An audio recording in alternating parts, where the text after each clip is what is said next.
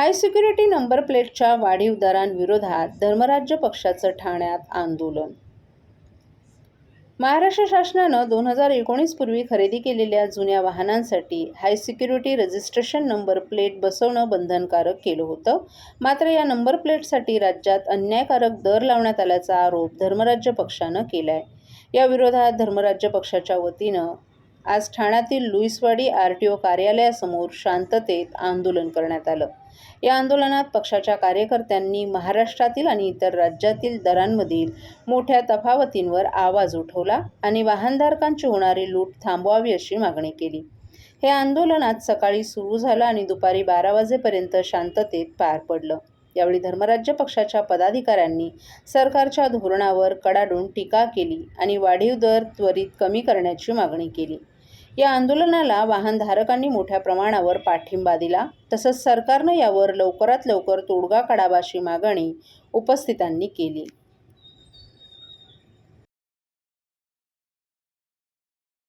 आंदोलन आम्ही इथे ठाण्यामध्ये करतोय, ठाण्याच्या RTO समोर. त्याचं एकमेव कारण आहे की ठाणेकर जनतेने आम्हाला आवाहन केलेलं आहे की आपल्या ठाण्यामध्येही अशा प्रकारचं आंदोलन झालं पाहिजे आणि हे आंदोलन फक्त धर्मराज्य पक्षातर्फेच केलं जाऊ शकतं. त्यानुसार आपण इथे आंदोलन करत आहोत. आमचं म्हणणं एकच आहे की केंद्र सरकारने जे HSRP हाय सिक्युरिटी रजिस्ट्रेशन प्लेटच्या नावाखाली महाराष्ट्रामध्ये जी लूट चालू केलेली आहे, जर तुम्ही बघितलं की जवळच्या राज्यांमध्ये गोवा, गुजरात या ठिकाणी BJPचं सरकार असताना तिथे मात्र 155 रुपये, 160 रुपये असा दर लावण्यात आलेला आहे आणि महाराष्ट्रामध्ये हाच दर 455 रुपये, 450 रुपये लावण्यात आलेला आहे. ही तमाम महाराष्ट्राच्या जनतेची लूट आहे. केंद्र सरकारने हे माध्यम केलेलं आहे का की महाराष्ट्रामधून या जनतेकडनं, ही जनता गोरगरीब जनता आहे, ही काहीच बोलत नाही आहे, आंदोलनामध्ये उतरत नाही आहे, तर हिच्याकडनं जास्तीत जास्त प्रकारे टॅक्स गोळा करून तो केंद्र सरकारकडे जमा करायचा, हे कुठेतरी थांबलं गेलं पाहिजे. आमचं म्हणणं एकच आहे की सर्व राज्यांना जी काय नंबर प्लेटचा जो काही खर्च आहे तो माफक दरामध्ये केला पाहिजे. तिन्ही राज्यांमध्ये BJPचं गव्हर्नमेंट असताना महाराष्ट्र सरकारकडनं ही लूट थांबली गेली पाहिजे.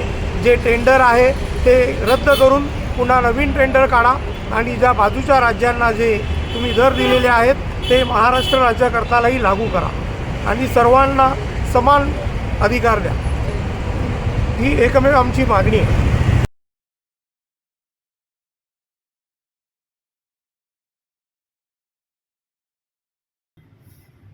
खारेगाव येथील नाट्यगृहाच्या आरक्षणाच्या जागेवर छोटेखानी नाट्यगृहासह इतर सुविधा क्रीडा संकुल याची आखणी करून त्याचा सविस्तर आराखडा करण्याचे निर्देश खासदार डॉ. श्रीकांत शिंदे यांनी पालिका प्रशासनाला एका बैठकीत दिले आहेत.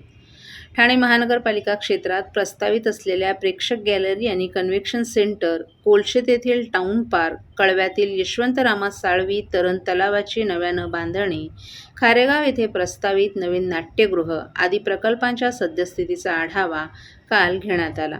या बैठकीसाठी खासदार श्रीकांत शिंदे, खासदार नरेश मस्के, आमदार जितेंद्र आव्हाड, महापालिका आयुक्त सौरभ राव, जिल्हाधिकारी अशोक शिणगारे यांच्यासह महापालिकेचे वरिष्ठ अधिकारीही उपस्थित होते. कळवा येथील यशवंतरामा साळवी तरण तलाव पूर्ण पाडून नव्यानं बांधण्यात यावा, त्यात तलाव, प्रेक्षागृह, इतर खेळांच्या सुविधा आदींची रचना केली जावी, त्याचा विस्तृत आराखडा सादर करावा. कळवा परिसरातील नागरिकांसाठी तिथे उत्तम सुविधा निर्माण झाली पाहिजे असंही खासदार श्रीकांत शिंदे यांनी स्पष्ट केलं.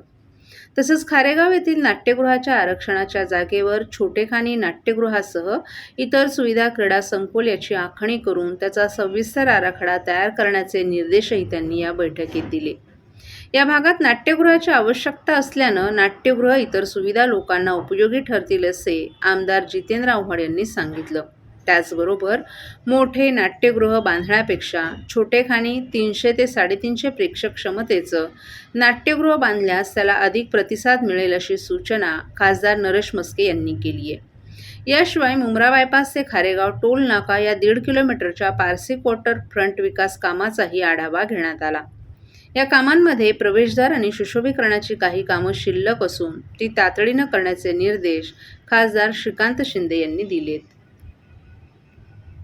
एक नाट्यगृहाचं आरक्षण आहे 3 एकरचं, ते खारेगावमध्ये. ते देखील आपण डेव्हलप करतोय. त्याच धर्तीवरती व्हर्टिकली आपण स्टेडियम आपण बनवणार आहोत. त्या ठिकाणी देखील स्विमिंग पूल असेल, त्या ठिकाणी मल्टी स्पोर्ट्स कॉम्प्लेक्स असेल. म्हणजे कळव्याला वेगळं त्यांचं एक स्पोर्ट्स कॉम्प्लेक्स आणि खारेगावला एक वेगळं स्पोर्ट्स कॉम्प्लेक्स. या दोन्ही स्पोर्ट्स कॉम्प्लेक्स ठाणे महानगरपालिकेच्या वतीने आणि शासनाकडून जेवढा निधी, जसा आम्ही कळव्याच्या स्विमिंग पूलसाठी निधी आणला 10 कोटी रुपये, तसाच जेवढा निधी लागेल इकडे तो निधी आणण्याचं काम जे आहे ते आम्ही त्या ठिकाणी करतोय. महाराष्ट्रातील भगिनींना आधार देणारी राज्य शासनाची मुख्यमंत्री माझी लाडकी बहीण योजना. या योजनेअंतर्गत अल्प उत्पन्न गटातील 21 ते 65 वयोगटाच्या भगिनींना मिळणार दरमहा 1500 रुपयांची मदत. अर्ज करण्यासाठी 31 ऑगस्ट 2024 पर्यंत मुदतवाढ. कुटुंबाचं वार्षिक उत्पन्न 2.5 लाख रुपयांपेक्षा कमी असलेल्या महिला पात्र. कुटुंबाकडे पिवळं किंवा केशरी रेशन कार्ड असल्यास उत्पन्नाचा दाखला आवश्यक नाही. पांढरं रेशन कार्ड असेल किंवा रेशन कार्ड नसेल तर कुटुंबाचं वार्षिक उत्पन्न 2.5 लाखांपेक्षा कमी असल्याचा दाखला आवश्यक. योजनेसाठीचा ऑनलाईन अर्ज नारी शक्ती दूत ॲपवरून किंवा पोर्टलवर भरता येईल. ज्या भगिनींना ऑनलाईन अर्ज भरता येत नसेल त्यांच्यासाठी अंगणवाडी, ग्रामपंचायत, वॉर्ड ऑफिस, सेतू सुविधा केंद्रामध्ये किंवा आशाताई बचत गटाच्या CRP यांची मदत उपलब्ध. आता आपल्याला अभिमानानं म्हणता येईल, सुखी आणि सुरक्षित आहे माझी लाडकी बहीण. ठाणे लोकसभा मतदारसंघातील ठाणे महानगरपालिका, नवी मुंबई महानगरपालिका आणि मीरा भाईंदर महानगरपालिकेतील माझ्या युवा सैनिकांना पाठिंबा देण्यासाठी मी आलो आहे, असं युवासेनेचे कार्याध्यक्ष पूर्वेश सरनाईक यांनी स्पष्ट केले. येत्या महापालिका निवडणुकीत युवा नगरसेवक जनतेची सेवा करण्यासाठी पूर्णपणे सज्ज आहे. ठाणे लोकसभा मतदारसंघातील या 3ही महानगरपालिकांमध्ये शिवसेना, भाजप, महायुतीचा भगवा झेंडा अभिमानाने फडकेल असा विश्वास त्यांनी व्यक्त केलाय. नाशिक आणि शिर्डी येथे काँग्रेस गटातील अनेक युवा कार्यकर्ते युवा सेनेत सामील होत आहेत. हा विश्वास उपमुख्यमंत्री एकनाथ शिंदे आणि खासदार डॉक्टर श्रीकांत शिंदे यांच्या कार्यामुळे निर्माण झालाय. त्यांच्या नेतृत्वाखाली मोठ्या संख्येनं युवक महायुतीसोबत येत असल्याचंही पूर्वेश सरनाईक यांनी सांगितलं. तर येणाऱ्या स्थानिक स्वराज्य निवडणुकीसंदर्भात पक्षबांधणी संदर्भात काही मार्गदर्शन करण्यात आले आहे का पूर्ण महाराष्ट्रात? मी नेहमी सांगत असतो की शिवसेना आणि युवासेना ही फक्त निवडणुकीला लक्षात घेऊन कधी काम करत नसते. 365 दिवस जनतेची सेवा हेच आमच्या पक्षाचा धर्म आहे. आणि येणाऱ्या काळामध्ये आपल्याला जसं सांगितलं की निवडणुका असो किंवा नसो, युवासेना ही आता मैदानात उतरलेली आहे. आणि नक्कीच या महाराष्ट्रामध्ये ज्या पद्धतीने एकनाथ शिंदे साहेबांचा एक क्रेज निर्माण झालेला आहे, त्याच क्रेजच्या माध्यमातून अनेक युवक हे आमच्यासोबत काम करण्याला इच्छुक आहेत. आणि निश्चितपणे येणाऱ्या काळामध्ये याच युवासेनेमध्ये अनेक इतर युवा सैनिक युवक सुद्धा तुम्हाला आमच्यासोबत दिसतील. हजारो किलोमीटरचा चरई, धोबियाळी आणि उथळसर भागातील रस्त्यांचं 100% काँक्रिटीकरण आणि चकचकीत डांबरीकरण करण्यात आलं असतानाही महापालिकेनं पुन्हा निविदा काढल्यानं संशय निर्माण झालाय. महानगरपालिकेच्या सार्वजनिक बांधकाम विभागाने या भागातील रस्त्याचं काँक्रिटीकरण करण्यासाठी निविदा काढली आहे. मात्र हे रस्ते आधीच चांगल्या स्थितीत असल्यानं पुन्हा निधी खर्च करणं गरजेचं आहे का, असा प्रश्न उपस्थित झालाय. या संदर्भात माजी नगरसेवकांनी या व्यवहाराच्या चौकशीची मागणी केली आहे. स्थानिक नागरिकांनी देखील या अनावश्यक खर्चावर आक्षेप घेतला असून प्रशासनानं पारदर्शकता राखावी अशी मागणी केली आहे. ठाणे महापालिकेतील काही अधिकाऱ्यांनी या प्रकरणाकडे दुर्लक्ष केल्याचा आरोप केला आहे. यामुळे या संपूर्ण व्यवहाराची चौकशी करून योग्य ती कारवाई करण्यात यावी अशी मागणी लोकप्रतिनिधींनी केली आहे. महाराष्ट्राचे माजी कॅबिनेट मंत्री आणि शरद पवार गटाचे आमदार जितेंद्र आव्हाड यांनी उत्तर प्रदेशचे मुख्यमंत्री योगी आदित्यनाथ यांच्यावर जोरदार हल्लाबोल केलाय. एका मुख्यमंत्र्यानं अबू आझमीला आमच्या हवाली करा, आम्ही त्याला धडा शिकू असं वक्तव्य करणं लोकशाहीत किती मोठा बदल झाला आहे हे दाखवतं, असं आव्हाड यांनी सांगितलं.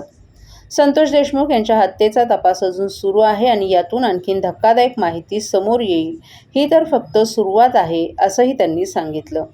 भाजप आमदार सुरेश धस यांनी नागपुरात झालेल्या भाजपच्या बैठकीबाबत अनभिज्ञ असल्याचं सांगितलं होतं. यावर आव्हाड यांनी जोरदार टीका करत सुरेश धस आणि देवेंद्र फडणवीस यांच्यात नेमकं काय सुरू आहे याची कल्पना आपल्याला आहे, परंतु धस हे सातत्यानं फडणवीसांवर टीका करतायत, त्यामुळे त्यांची लवकरच चौकशी होईल, असंही आव्हाड यांनी सांगितलंय. बीड जिल्ह्यातील सरपंच संतोष देशमुख यांच्या हत्या प्रकरणात आणखीन रहस्य उलगडेल असं वक्तव्य करत आव्हाड यांनी या प्रकरणात सखोल चौकशीची मागणी केली आहे. काही दिवसांपूर्वी केंद्रीय मंत्री रक्षा खडसे यांच्या मुलीवर छेडछाडीचा प्रकार घडला. यावर प्रतिक्रिया देताना जितेंद्र आव्हाड यांनी राज्यात कायद्याचा धाकच राहिला नसून पोलिसांचा दराराही संपला आहे, गुन्हेगारांना पोलिसांची भीती नाही, अशा टीका त्यांनी राज्य सरकारवर केली आहे. राज्यपालांकडे गेलेला आहे, कसं बघताय की राजीनामा आमदार कालच झाला, म्हणजे आता त्याच्यावर काही चर्चा करण्यात अर्थ नाही की तो आता लिफाफ्यात बंद झाला मग तो राज्यपालाकडे गेलाय. कालच मुख्यमंत्र्यांनी सांगितलं राजीनामा घेतला, विषय संपला. तर दासांनी सांगितलंय की जर खंडणीसाठी सातपुड्यामध्ये जे बैठक झाली होती, मात्र अशी बैठक झाली ना, अशी फिरवण्या असे फडणवीस म्हणतात. जर असं असेल तर मी राजकारण सुरू मला वाटतं धस इतक्या ह्याच्याने बोलत असतील. फडणवीस साहेब ह्याच्यात आता चौकशी करतील, जर काय मिळालं तर करतीलच कारवाई. संतोष देशमुखच्या कुटुंबियांना खऱ्या अर्थाने न्याय मिळण्यासाठी आणखी काय पुरावे समोर येतील, काय वाटतं? आणखी काय आपल्याला अजून खूप पुरावे समोर यायचे, खूप पुरावे समोर यायचे. तर एकीकडे संतोष देशमुखांचं आहे की ते खडसेंच्या मुलींची छेडछाड झाली आहे. महाराष्ट्रात खरोखर महाराष्ट्रात कायद्याची भीतीच राहिली.